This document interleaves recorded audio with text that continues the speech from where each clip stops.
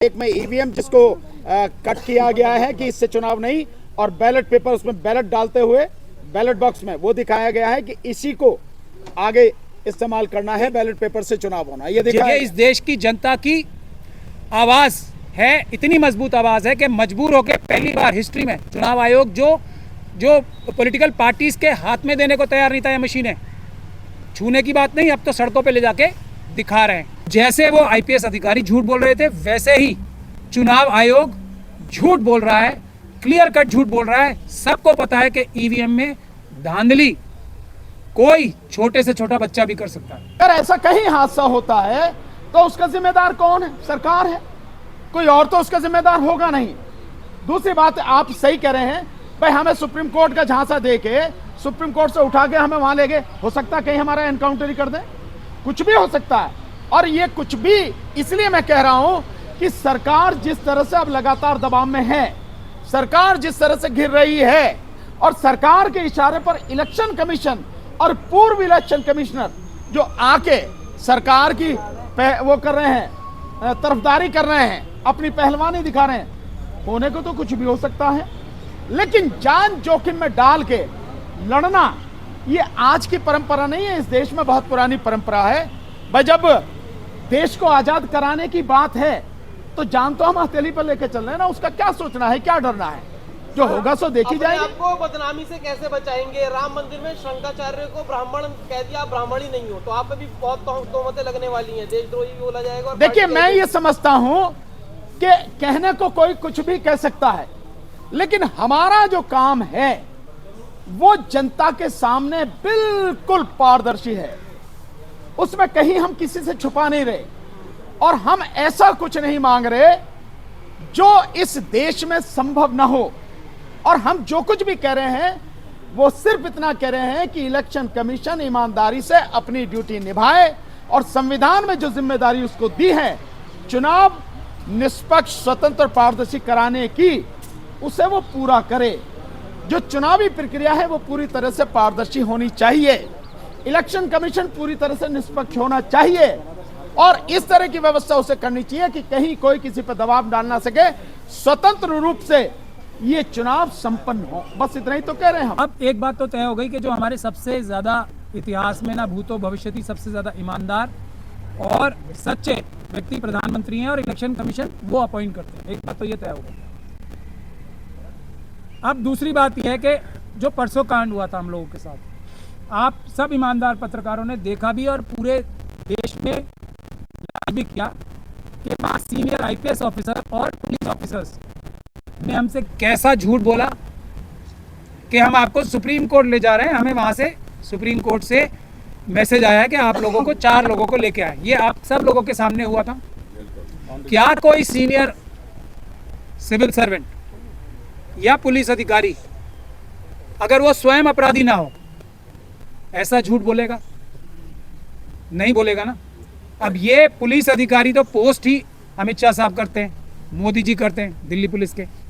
जब वो आप सब लोगों के सामने, पूरी दुनिया के सामने इतना बड़ा झूठ बोल सकते हैं, तो जो मोदी जी द्वारा अपॉइंटेड इलेक्शन कमीशन के मेंबर होंगे वो क्या क्या कर सकते हैं और क्या क्या नहीं कर सकते, कितना झूठ बोल सकते हैं और कितना सच बोल सकते हैं, ये आप लोगों के सामने क्रिस्टल क्लियर हो जाना चाहिए। तो जैसे वो आईपीएस अधिकारी झूठ बोल रहे थे, वैसे ही चुनाव आयोग झूठ बोल रहा है, क्लियर कट झूठ बोल रहा है। सबको पता है कि ईवीएम में धांधली कोई छोटे से छोटा बच्चा भी कर सकता है। और अगर कोई ईमानदार अफसर जो चौकीदार इलेक्शन कमीशन बोलता है ना, जो अपने फ्रीक्वेंटली आस्क्ड क्वेश्चंस में कि हमने हर जगह ईमानदार चौकीदार लगा रखे, अगर कोई 100% ईमानदार भी चौकीदार लगा दे, हजारों की संख्या में, हजारों नहीं लाखों की संख्या में इसका प्रयोग होता है व्यक्तियों का। चुनाव आयोग के पास लाखों व्यक्ति नहीं है। अगर सारे के सारे ईमानदारी से भी काम करें, क्योंकि 543 कॉन्स्टिट्यूएंसी में अभी लोकसभा के इलेक्शन के लिए बता रहा हूं मैं, जब वीवीपैट बनेगा तो जब नॉमिनेशन पूरे हो जाते हैं, जब कैंडिडेट्स के नाम पता लग जाते हैं, जब ही तो वो उसमें इंड्यूस करेंगे ना कौन कौन कैंडिडेट हैं। और ये कम से कम पूरे देश में 543 जगह होता है, उसमें कितने प्रकार के लोग जाते हैं इलेक्शन कमीशन के पास, अपने इंजीनियर 543 नहीं है, तो प्राइवेट लोगों को एंगेज करके ये काम कराया जाता है। मैं मान लिया कि वो भी सब ईमानदार होते हैं, तब भी ईवीएम धोखा है, धोखा है, धोखा है। इसके बारे में बात करना ही फिजूल है, बेकार है। मैं अपनी बात इस संदर्भ में ये कह के ख़त्म करता हूँ कि 2 चीफ इलेक्शन कमीशन और ये जो अधिकारी पूरे गांव-गांव और देश-देश जाके डिमॉन्स्ट्रेट कर रहे हैं, ये इस देश की जनता की आवाज़ है, इतनी मजबूत आवाज़ है कि मजबूर होकर पहली बार हिस्ट्री में चुनाव आयोग जो पॉलिटिकल पार्टीज़ के हाथ में देने को तैयार नहीं था, ये मशीनें छूने की बात नहीं, अब तो सड़कों पे ले जाके दिखा रहे हैं। तो ये इस देश की जनता की सबसे बड़ी सफलता है। और चुनाव आयोग झूठ बोल रहा है, उसका भी सबूत है सबसे बड़ा।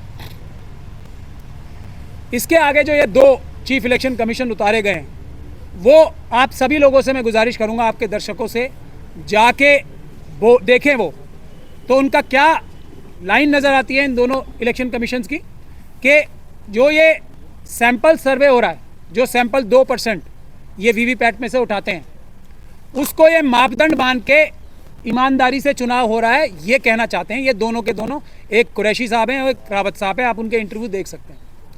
एक कुरैशी साहब ने देग में से चावल का एग्जाम्पल दिया था, पतीली में से, जैसे कि भारत के नागरिक वोटर्स पतीली के चावल जैसे हैं, एक चावल देख लिया और सब देख लिया। एक एग्जाम्पल ये दे रहे हैं और दूसरा एग्जाम्पल ये दे रहे हैं रावत साहब के error of margin of error इसमें 2% का है सिर्फ, तो इसलिए तो बिल्कुल 100% सुरक्षित है। अब ये मार्जिन ऑफ एरर अगर 2% का है तो ये कितना सुरक्षित है, मैं आपके सामने पेश करता हूँ। अगर किसी कॉन्स्टिट्यूंसी में 10 लाख वोट पड़े तो 2% कितने हुए? 20,000 vote. 20,000 vote margin of error, जो मोदी जी के सबसे बड़े सिपहसालार हैं इसको डिफेंड करने के लिए, वो बता रहे हैं कि 20,000 का अगर 10,000 वोट पड़े, 10 लाख वोट पड़े तो 20,000 का मार्जिन ऑफ एरर होता ही है और हो ही सकता है। दुनिया में मैं जैसे मशीनों के बारे में बता रहा हूँ, कोई भी चिप या मशीन ऐसी नहीं बनी जो ख़राब ना होती हो, जो टेम्पर ना की जा सकती हो, दुनिया में नहीं बनी कोई। उसी तरीके से दुनिया में कोई भी सैम्पलिंग का ऐसा मेथड नहीं बना जिसमें मार्जिन ऑफ एरर ना हो। इसमें तो वो खुद ही बता रहे हैं 2% है। मैं आप लोगों के सामने ये भी रखना चाहता हूँ देश की जनता से, हमें टेक्निकलिटीज़ में जाना ही नहीं है, पेपर बैलेट से चुनाव होंगे और कुछ नहीं। अब आप मुझे ये बताइए, क्या चुनाव सैम्पलिंग से होता है? क्या एक वोट से चुनाव नहीं जीता जा सकता? जिन इलेक्शन कमीशंस को, वो हमारे इलेक्शन कमीशन कितने लंबे लंबे टाइम तक रहे, ये नहीं पता क्या वो इलेक्शन कमिश्नर बनने के लायक थे कि एक वोट से भी चुनाव हारा और जीता जाता है? वो बता रहे हैं कि 10,000 सरकार गिरी थी तो एक वोट से मैं एक थोड़ी एक बार, मैं वो तो चलिए मेंबर ऑफ पार्लियामेंट थे, मैं ये सैम्पलिंग की बात बता रहा हूँ। चुनाव का कॉन्सेप्ट ही है, एक भी व्यक्ति अगर ज़्यादा वोट किसी को मिलेगा तो वो जीतेगा। और ये क्या बोल रहे हैं, 10 लाख में से 20,000 वोट इधर उधर हो जाए, कोई बात ही नहीं है। क्या इनको समझ है इलेक्शन कमीशन बनने की? और अगर समझ है तो इतनी बड़ी बेईमानी जनता के सामने परोसने की इनको क्या कोशिश करनी चाहिए? तो जनता इनके बहकावे में बिल्कुल ना आए। मैं आप लोगों से ये कहना चाहता हूं कि बिल्कुल किसी डिस्कशन में नहीं पड़ना है। देश की जनता ने डिसाइड कर लिया है, पेपर बैलेट से चुनाव होंगे। और अगर किसी को कोई शुबा है, कोई शक है, तो रास्ता हमारी ईवीएम हटाओ संयुक्त मोर्चा, हम आप सबके सामने डिबेट करने के लिए तैयार हैं। ये दोनों इलेक्शन कमीशन आ जाएं, यहीं आ जाएं, या हम आ जाएंगे, उनके सामने डिबेट करने को तैयार हैं। हम ये दिखा देंगे और उनके मुंह से हाँ कहलवा लेंगे। ये मैं आपको कह रहा हूँ, ये इतना बड़ा रिस्क का काम आपको लग रहा होगा मैं कर रहा हूँ, लेकिन इसमें कोई रिस्क नहीं है, क्योंकि वो 100% झूठ बोल रहे हैं, 1 मिनट में पकड़े जाएंगे। हम उनके मुंह से ये कहलवा लेंगे, दोनों चुनाव आयोग आ जाएं रिटायर्ड, कि हाँ इसमें धांधली होती है और पेपर बैलेट से अगर चुनाव होगा तो जल्दी होगा, पहला सुरक्षित होगा, दूसरा और कम से कम धांधली वाला होगा, तीसरा और सबसे कम खर्च वाला होगा, चौथा। ये 4 पॉइंट्स का हम चैलेंज मोदी जी को भी, और ये जो 2 सिपहसालार इन्होंने जनरल्स उतारे हैं उनको भी दे रहे हैं। मोदी जी तो नहीं आ सकते, खैर बिजी होते हैं वो बहुत सारे कामों में, लेकिन ये दोनों चुनाव आयोग जो जनता को झूठ बोल रहे हैं इस तरीके से, वो आके हमसे डिबेट कर लें, हम आप लोगों को सीधे सीधे बता देंगे। एक आखिरी बात कह के मैं अपनी बात समाप्त करना चाहूँगा। हम लोगों ने एक सभी जो संगठन है, जैसे ट्रांसपोर्टर्स की एसोसिएशंस हैं, भानु जी उसके साथ बहुत मजबूती के साथ जुड़े रहे हैं। दूसरा जो हॉकर्स एसोसिएशंस हैं, जो दूसरे ट्रांसपोर्टर्स, दूसरे एसोसिएशंस हैं, जो RWAs हैं, और जो दूसरे संगठन है इस तरह के, पॉलिटिकल पार्टीज भी है दूसरे भी। एक तो हम पॉलिटिकल पार्टीज को जाके ये कोशिश करेंगे बहुत जल्दी कि हम उनको भी प्रेजेंटेशन दें इस बारे में कि पेपर बैलेट के अलावा, क्योंकि कई पॉलिटिकल पार्टीज और लॉयर्स भी अभी भी वीवीपैट के झांसे में आ रहे हैं, तो उनको इससे वीवीपैट के झांसे से दूर करना है। और दूसरा, एक हम लोग एक बैनर इशू कर रहे हैं, अगर आप नहीं आप करो, इसमें करो। जो हम चाहेंगे कि ये सभी लोग, आपको डीसी का व्हाट्सएप पे भी भेज दिया है, मोबाइल पे भेज दिया, ये अपने घरों में, अपनी दुकानों में, अपने गाड़ियों पर, ऑडियो पर, गाड़ियों पर, अपने व्हाट्सएप मैसेज पे अपना इसको डिस्प्ले लगाएं, व्हाट्सएप पे डिस्प्ले लगाएं, हर जगह जिस भी सोशल मीडिया पे वो इसको डिस्प्ले लगाएं। ये भी हम गुजारिश कर रहे हैं। क्या लिखा है इस पे? पढ़ के बताइए। ईवीएम हटाओ, देश बचाओ। और उसके बाद पिक्चर्स हैं उसके नीचे, ईवीएम हटाओ संयुक्त मोर्चा। सबने देख लिया, सबको क्लियर हो गया। और दो जो फोटो हैं इसमें बाकायदा, एक में ईवीएम जिसको कट किया गया है कि इससे चुनाव नहीं, और बैलेट पेपर, उसमें बैलेट डालते हुए बैलेट बॉक्स में वो दिखाया गया है कि इसी को आगे इस्तेमाल करना है, बैलेट पेपर से चुनाव होना, ये दिखाया गया है। जितना ज्यादा से ज्यादा आप लोग ये लगाओगे, उतना ज्यादा से ज्यादा पूरी दुनिया में और पूरे देश में ये मैसेज जाएगा कि जनता में से एक भी व्यक्ति ऐसा नहीं है जो चाहता है। हाँ, मुझे कुछ आरएसएस के लोगों ने भी, जो उनके पन्ना प्रमुख हैं, उन्होंने भी मुझे पकड़ा। वो कह रहे हैं भैया ये बताओ, ये मोदी जी क्या हम पे भरोसा नहीं करते?